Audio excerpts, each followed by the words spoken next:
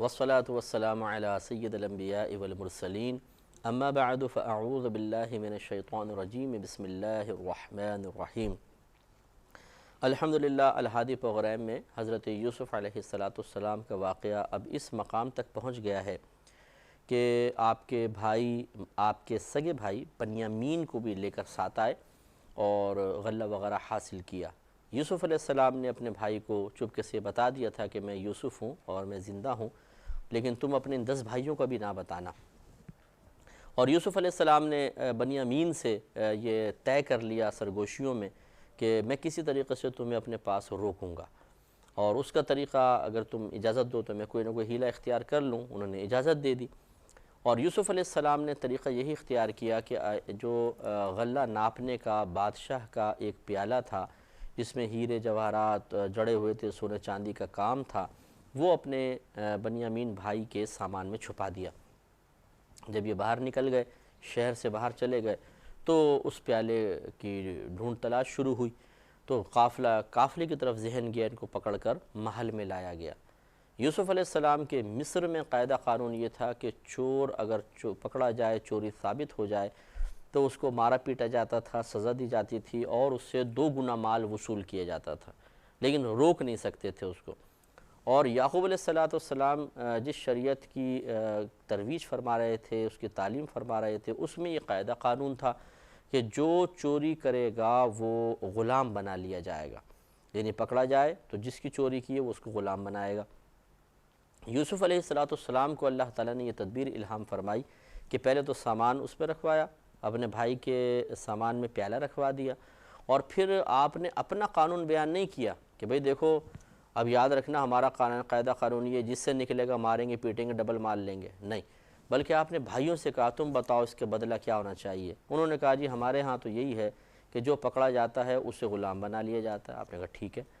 یہ بڑی حکمت والی بات تھی کہ ان کے منہ سے اگلوا کر اور وہ سزا یہاں مقرر فرما دی، اور جب تلاش کیا گیا تو بنیامین کے سامان سے وہ مال باہر نکل آیا۔ تو اب وہ باقی 10 بھائی بھی بڑے حیران ہوئے، نادم ہوئے کہ یہ کیا کیا بنیامین نے، اور اب تو قاعدہ قانون کے مطابق بنیامین کو تو رکنا تھا بہرحال۔ تو یوسف علیہ السلام نے جب وہ پیالہ نکلوا لیا تو بھائی فوراً بولے کہ اگر یہ ہمارے بھائی نے چوری کی ہے بنیامین نے، تو اس سے پہلے اس کے بھائی نے بھی چوری کی ہے، یعنی یوسف علیہ السلام کی طرف نسبت کر دی۔ اور وہ چوری کا معاملہ یہ تھا کہ یوسف علیہ السلام جب چھوٹے تھے اپنے وہاں تھے تو ایک بت تھا جس کی لوگ پوجا کرتے تھے، آپ نے وہ بت اس مقام سے اٹھا لیا تھا اور اسے توڑ کر گندگی کے اندر پھینک دیا تھا۔ تو وہ حقیقتاً چوری تو نہیں تھی، وہ تو جو آپ کے اوپر ایک سمجھ لیں نبی پر یا نبی زادوں پر یا جو بھی مسلمان پر اس وقت لازم تھا وہ انہوں نے کام کیا، لیکن بھائیوں نے اس کو چوری سے تعبیر کیا کہ انہوں نے چوری کر کے ان سے پہلے چوری کی ہے۔ تو بہرحال یہ گویا کہ یوسف علیہ السلام کی نگاہوں میں بنیامین اور پھر خود یوسف علیہ السلام کو ڈیگریڈ کرنے کے لیے بھائیوں نے اس طرح جملے بولے۔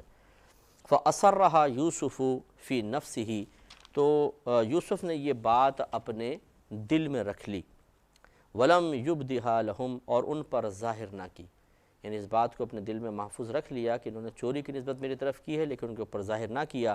قالا، پھر آپ نے فرمایا، اور دل میں یہ فرمایا، یہ دل میں فرمانے کا ہے کہ انتم شر مکانن، دل میں کہا کہ تم بدتر جگہ ہو، یعنی تم ایسے مقام پر ہو کہ اب تم یعنی پکڑے گئے ہو اور اب تو تمہارے ساتھ برا سلوک ہونا ہی چاہیے۔ واللہ اعلم بما تصفون، اللہ تعالیٰ خوب جانتا ہے جو باتیں بناتے ہو، یعنی دل میں اب یہ کہہ رہے تھے کہ جو کچھ تم یہ جھوٹی باتیں کر رہے ہو اور مطلب ہیلے بہانوں سے میری طرف چوری کی نسبت کر رہے ہو، اللہ تعالیٰ تمہاری ان تمام باتوں کو اچھی طریقے سے جانتا ہے۔ قالو، اب ان بھائیوں نے یوسف علیہ السلام کی خدمت میں ریکویسٹ کی، یا ایھا العزیز، اے عزیز۔ میں نے آپ کو بتایا تھا کہ مصر کا جو بھی والی ہوتا تھا، بادشاہ ہوتا تھا، اس کو عزیز سے بھی تعبیر کرتے تھے، تو انہوں نے کہا اے عزیز، ان لہ ابا شیخا کبیرا، اس کا یہ جو بنیامین ہیں ان کے ایک بوڑھے والد صاحب ہیں، فخذ احدنا مکانہ، تو آپ ایسا کریں کہ ہم میں سے کسی ایک کو اس لڑکے کی جگہ آپ اپنا غلام بنا لیں، انا نراک من المحسنین، بے شک ہم آپ کو احسان کرنے والا دیکھتے ہیں، احسان کرنے والوں میں سے پاتے ہیں۔ یعنی چونکہ یہ وعدہ کر کے آئے تھے والد صاحب سے کہ ہم اس کو واپس لے کر آئیں گے. یاد کیجئے شروع میں بات ہوئی تھی کہ جب یہ کہہ رہے تھے کہ بنیامین کو ہمارے ساتھ بھیج دیں تو یعقوب علیہ السلام نے فرمایا کہ تم نے یوسف کے معاملے میں بھی ایسا کہا تھا تو مجھ سے عہد کرو کہ اس کو تم کہیں چھوڑ کر نہ آؤگے. ہاں اگر کوئی تم پر غالب آ گیا, کسی نے تم پہ حملہ کر دیا اور اس میں یہ ہلاک ہو گیا ایک الگ بات ہے, ورنہ تم اس کو چھوڑ کر نہیں آؤگے, وعدہ کرو. انہوں نے وعدہ کیا تھا. اب یہ یہاں گھبرا گئے کہ اب کیا کریں. اب اگر ہم اس کو چھوڑ کے جاتے ہیں والد صاحب کہیں گے دیکھا میں تو تمہیں پہلے ہی کہا تھا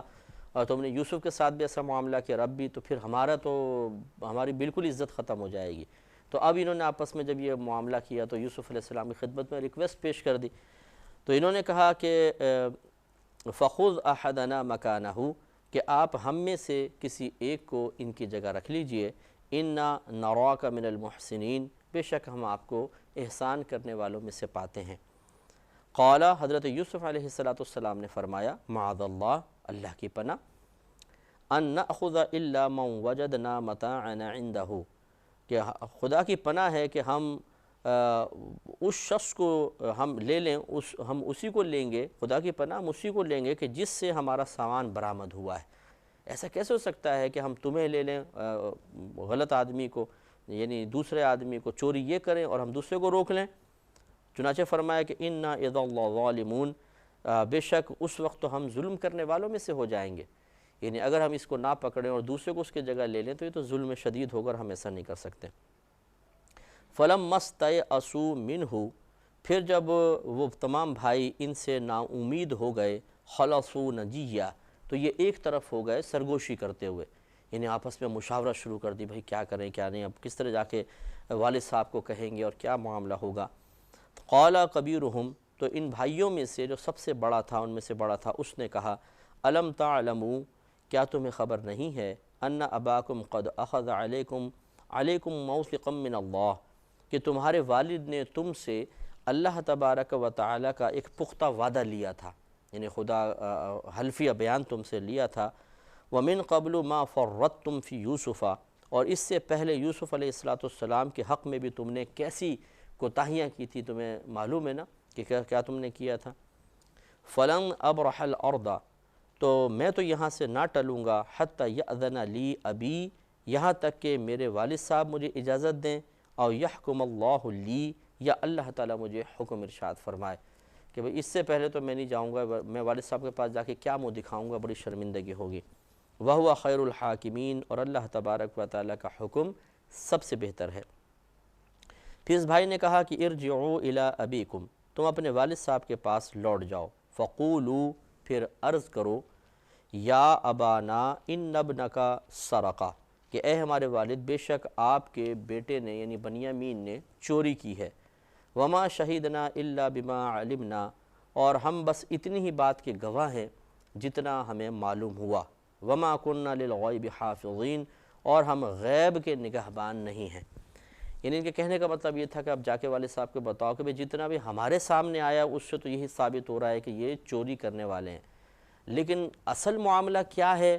کیونکہ بنیامین تو ہمارے پاس تھا, کس وقت اس نے چوری کر لی, کیسے اس کے سامان میں آ گیا, یہ پیالہ پہنچ گیا, یہ تو ایک غیبی معاملہ ہے, پوشیدہ معاملہ, اور ہم اس کے نگہبان نہیں ہیں. یعنی ہم ہر وقت تو کوئی اس کے پوشیدہ معاملات کو دیکھ نہیں رہے تھے, تو اس لیے ہم خود بڑے تذبذب کے عالم میں ہیں اور ہم نہیں جانتے کہ کیا کریں.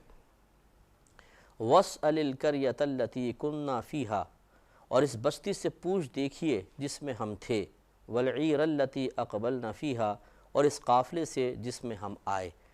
یعنی والد صاحب سے کہا کہ آپ خود آ کے یا تو ملاحظہ فرمائیے اور یہ معاملہ خود دیکھیے اور اچھی طرح تحقیق کیجیے. وَإِنَّا لَصَادِقُونَ, اور بے شک ہم سچ بولنے والوں میں سے ہیں,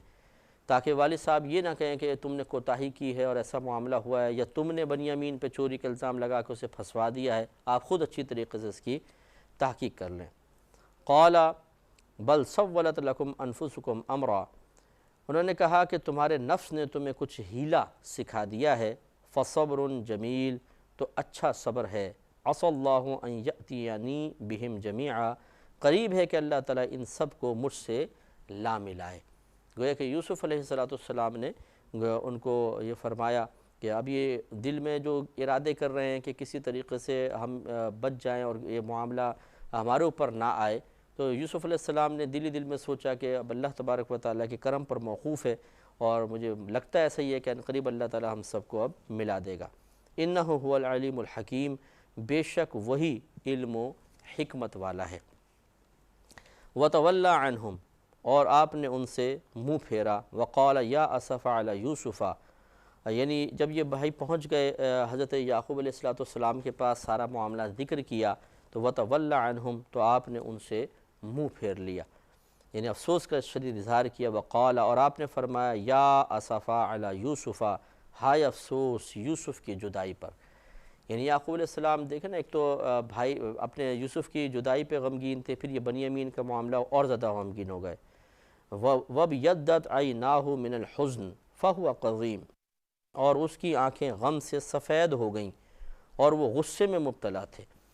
یعنی یوسف علیہ السلام، حضرت یعقوب علیہ السلام یوسف علیہ السلام کی جدائی میں روتے رہے تھے وقتاً فوقتاً، اور غم بہت زیادہ محبت تھی، تو حتیٰ کہ آپ کی آنکھوں کی بینائی زائل ہو گئی تھی، اور آپ بڑے جلال میں تھے کہ یہ دوسرے بھائی کے ساتھ بھی انہوں نے ایسا معاملہ کیا۔ تو اس سے یہ معلوم ہوتا ہے کہ جو رشتہ داری کی محبت ہے، پیار ہے، الفت ہے، میلان ہے، یہ کوئی نفسانی پیروی نہیں ہے، نفس کی مطلب کوئی پیروی کرنا ہے، نفس کی بات ماننا نہیں ہے، بلکہ یہ طبیعت کا تقاضا ہوتا ہے، یہ اطاعت نفس نہیں ہے۔ تو حضرت یعقوب علیہ السلام اتنی محبت فرماتے تھے کہ یوسف علیہ السلام سے، کہ ان کے غم میں روتے روتے آنکھیں بینائی زائل ہو گئی تھی۔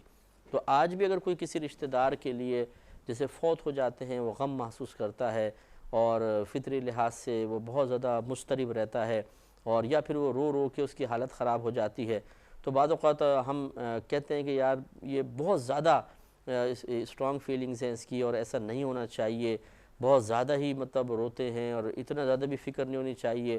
ہم یعنی اس کی جو طبیعت کا غلبہ ہے، جو اس کی فطرت اسے کسی طرف مائل کر رہی ہے، ہم اس میں اسے کمزور محسوس کرنے لگ جاتے ہیں اور ایک نقص سمجھتے ہیں۔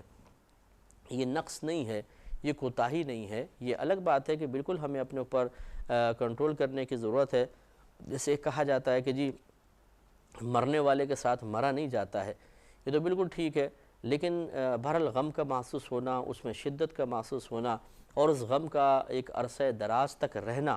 یہ کوئی بری چیز نہیں ہوتی ہے۔ ہاں کنٹرول کرنے کی ضرورت ہے، لیکن کوئی بری چیز نہیں ہے، اور نہ کسی شخص کی یہ کمزوری کی علامت ہے، جیسے کہ یعقوب علیہ السلام کے ساتھ یہ معاملہ ہوا۔ قالوا، ان بھائیوں نے کہا، تاللہ، خدا کی قسم، تفتأ تذکر یوسف، آپ ہمیشہ یوسف کی باتیں کرتے رہیں گے، حتی تکون حردا، یہاں تک کہ آپ وفات تک پہنچ جائیں گے، او تکون من الحالکین، یا آپ ہلاک ہو جائیں گے، یعنی آپ بالکل موت کے قریب پہنچ جائیں گے یا پھر ہلاک ہی ہو جائیں گے۔ آپ اتنا زیادہ یوسف کا ابھی تک تذکرہ کرتے رہتے ہیں۔ قال، انہوں نے ارشاد فرمایا، انما اشکو بثی و حزنی الی اللہ، میں تو اپنی پریشانی اور غم کی فریاد اللہ تعالیٰ سے ہی کرتا ہوں، میں تم سے تو کچھ نہیں کہہ رہا ہوں، میں تو اپنے اللہ تعالیٰ سے بس فریاد کرتا ہوں۔ وَأَعْلَمُ مِنَ اللَّهِ، اور مجھے اللہ تعالیٰ کے بارے میں وہ چیز معلوم ہے، مَا لَا تَعْلَمُونَ، جو تم نہیں جانتے ہو، یعنی اللہ تعالیٰ کی بے نیازیاں، اللہ تبارک و تعالیٰ کی کرم نوازیاں۔ اور بعض نے کہا ہے کہ یعقوب علیہ السلام جانتے تھے کہ ایک طویل عرصے بعد بیٹے سے ملاقات تو ہوگی، لیکن اتنا عرصہ بیچ میں لگے گا، اور جب اتنا عرصہ کا یعنی آپ کسی سے محبت کرتے ہیں اور آپ اس سے ملاقات کے متمنی ہیں، اور کوئی کہے کہ آپ کی ملاقات، ہم آپ کو بتا دیتے ہیں کوئی ذائچہ نکال کے کہ آپ کی ملاقات 25 سال سے پہلے نہیں ہو سکتی، تو پہلے تو ایک امید تھی کہ شاید 1 ہفتے میں ہو جائے، 2 ہفتے میں ہو جائے، ہو سکتا ہے پہلے ہو جائے، لیکن جب 25 سال کنفرم اگر آپ کو بتا دیے جائیں تو پھر آدمی کس قدر شدید غم میں مبتلا ہوگا۔ یہ تو بعض اوقات ایک ایکوریٹ وقت کا پتہ چل جانا بھی بڑا اذیت ناک ہوتا ہے، کیونکہ پہلے جب تک معلوم نہیں ہوتا تو امید اور بیم کی کیفیت ہوتی ہے، یس یا نو ہوتا ہے، تو سہارا ملتا رہتا ہے، لیکن اگر یقین ہو جائے کہ نہیں مل سکتے ہیں تو پھر بڑی پریشانی ہوتی ہے۔ تو یہ بھی ہو سکتا تھا کہ یعقوب علیہ السلام، یعنی مفسرین نے لکھا ہے کہ آپ جانتے تھے کہ کتنے عرصے بعد یعقوب سے ملاقات ہوگی، اللہ تعالیٰ نے آپ کو وحی فرما دی تھی، الہام فرما دیا تھا، تو اس جدائی کی وجہ سے کہ اب اتنے عرصے تک میں بیٹے کو نہیں دیکھ سکوں گا،